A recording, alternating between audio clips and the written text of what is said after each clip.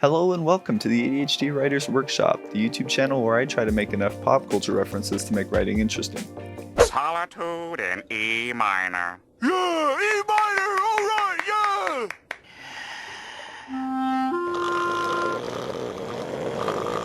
Today I want to talk about how to plan and structure an essay, report, or other piece of writing. The first thing you want to plan out is your main idea. Your main idea is the message you're trying to get across to your reader and the purpose for your paper.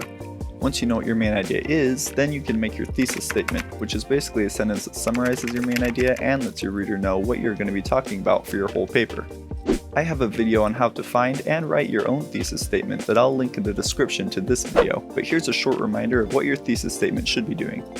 Your thesis statement should make a specific claim about a meaningful topic. It should also summarize your main idea, telling your readers what you want them to know.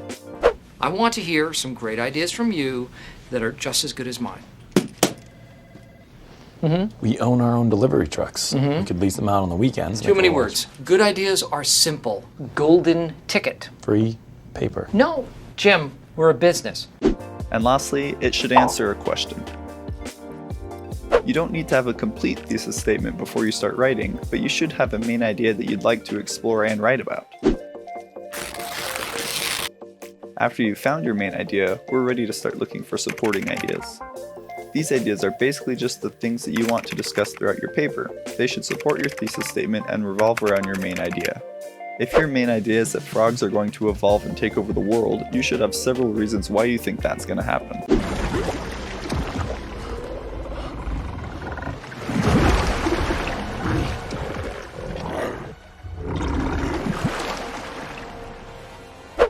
On a more serious note, if your main idea is to research how genealogy affects mental health conditions, then your supporting ideas would explore the link between a person's mental health conditions and their genealogy. The trick here is to think about your main idea in different ways. What do you know about it? What questions do you have? What are the main issues at play? Are there any examples or explanations associated with your main idea that you could explore in greater detail and explain to your reader? If you're having trouble coming up with supporting ideas, it might be a good idea to look for supporting evidence first. I mean, look, people always ask me, where do you get your ideas? And honestly, Wikipedia. Supporting evidence is made up from sources like scholarly articles and online journals, your own research and experiments, personal experiences, books, really anything that contains information and informs your paper. Remember though, your paper is only as credible as your supporting evidence, so take care to find credible sources that support your thesis to keep a consistent tone throughout your paper.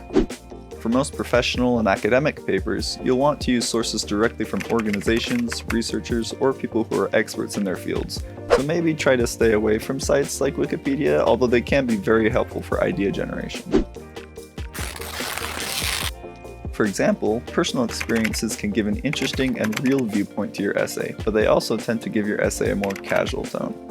Using an article from an online literary magazine or scholarly journal, on the other hand, can give your essay a more research tone and back up your thesis with more academic evidence.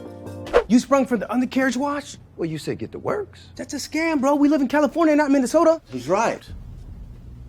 The undercarriage wash. That's for cleaning off road salt laid down in our more snow-laden sister states. Who are you and why you know so much about car wash protocol? Well, my name is Sonny Birch, and I do my research. Your supporting evidence will help you understand the multiple viewpoints that other people have about your topic and give you statistics and information that other people have found that's pertinent to your main idea or supporting ideas. Sometimes you'll have a main idea that sounds interesting to you, but you're not sure which supporting ideas you want to talk about. But after researching your topic and finding some sources, you'll find ideas that support your thesis.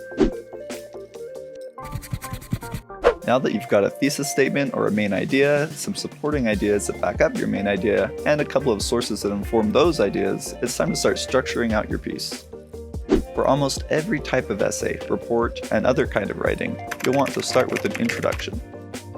Okay, Michael, why don't you start us off? That wasn't much of an introduction. Ladies and gentlemen, your boss, Michael Scott. Oh, still lame. Okay. All right. Thank you, Ryan, for that wonderful introduction. For the basic 5-paragraph essay, your introduction will be one paragraph at the start of your essay.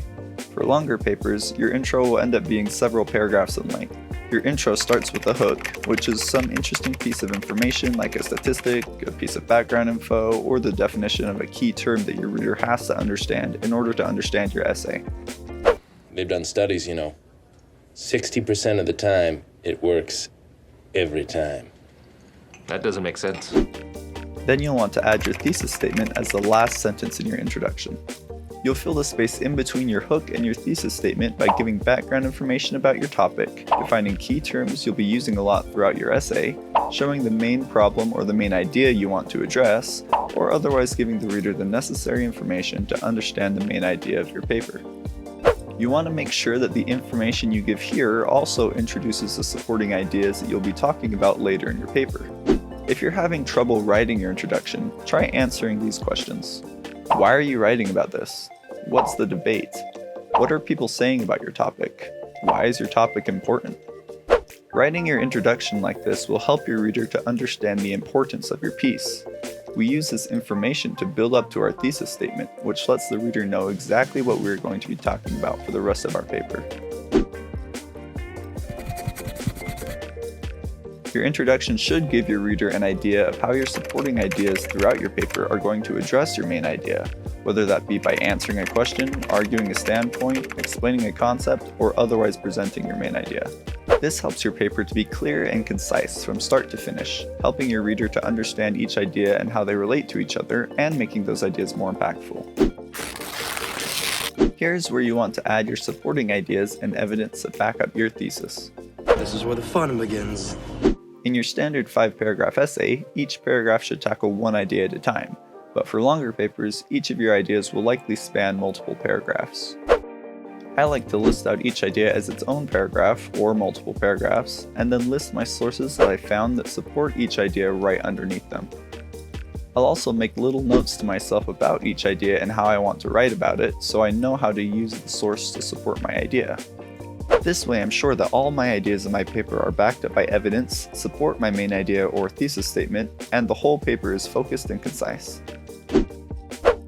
Now let's work on some transitions and topic sentences to make all those paragraphs into an essay. I like to start writing the body of my paper by marking the first and last sentence of each paragraph as topic sentences and transitioning sentences. These are the sentences that connect all your ideas so that they work together to give your essay one coherent meaning. These sentences are what make your essay work.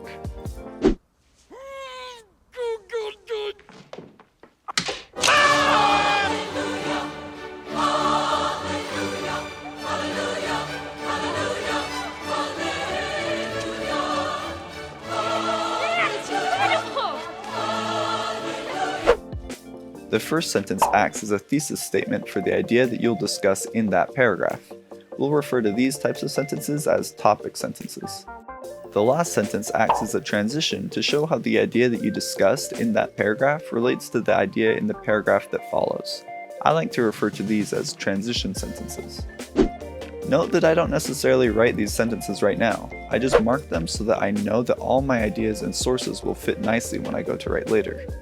This is also the time to look at all the ideas in your paper and organize them so that they build on each other in a linear, logical way.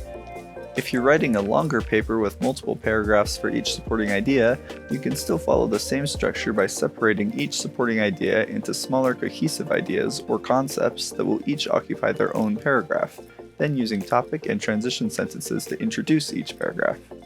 Now that you have all your supporting ideas laid out with their accompanying sources, marked by the topic and transition sentences, you're ready to start writing.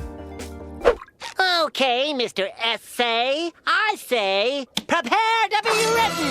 He's doing it! Yeah! Yeah! In some of these, in some of these. Almost there, and done. Now let's see how it looks so far. The break time! Go through each paragraph and elaborate on your ideas. Start by writing your topic sentence, making sure that it introduces your supporting idea. Then take as much time and as many paragraphs as you need to accurately explain that idea, supported by quotes or references to your sources that you listed with that idea. You'll want to explain, analyze, or argue the idea that you have in each source. The statistical analysis. It's so beautiful. Remember that with longer paragraphs or more complex ideas, you might have to write multiple paragraphs in order to most accurately describe each supporting idea. Generally, I'll transition to a new paragraph for each different concept, idea, or piece of information that I want to address so I can explain my supporting idea in its entirety. Now we're on to the final step, writing your conclusion. Your conclusion is basically the inverse of your introduction. Instead of offering a hook, you'll offer a topic sentence. You'll still write about your supporting ideas and evidence, but you'll summarize them instead of introducing them like you did in your conclusion. Make sure to summarize your supporting idea's key points and takeaways that indicate the main idea or larger implication of that idea in your piece. Finally, you'll end with your thesis statement, except this time you want to restate it in different words. This way, your conclusion will give your paper a sense of finality and show how all your ideas are linked and work together to prove your main idea. I usually plan out several different times to write my paper before I want to have it done, making sure that I plan out times to revise too. That way I'm not stressed with finishing my paper and I have a clear structure to follow every time I go to write. Essays and reports can be stressful, but you can do it. Yesterday, you said tomorrow, so just do it! Make your dreams come true! Just do it! Thanks very much for watching this episode, and be sure to check the description for a summary of today's video and my sources.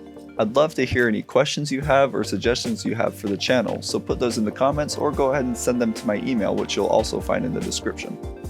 If you have any specific questions about your own work, go ahead and send it to me and I might analyze it in an episode. And if I haven't scared you away yet, why not come back next week to learn about how to write a climax? I'll see you then, and you have a great week.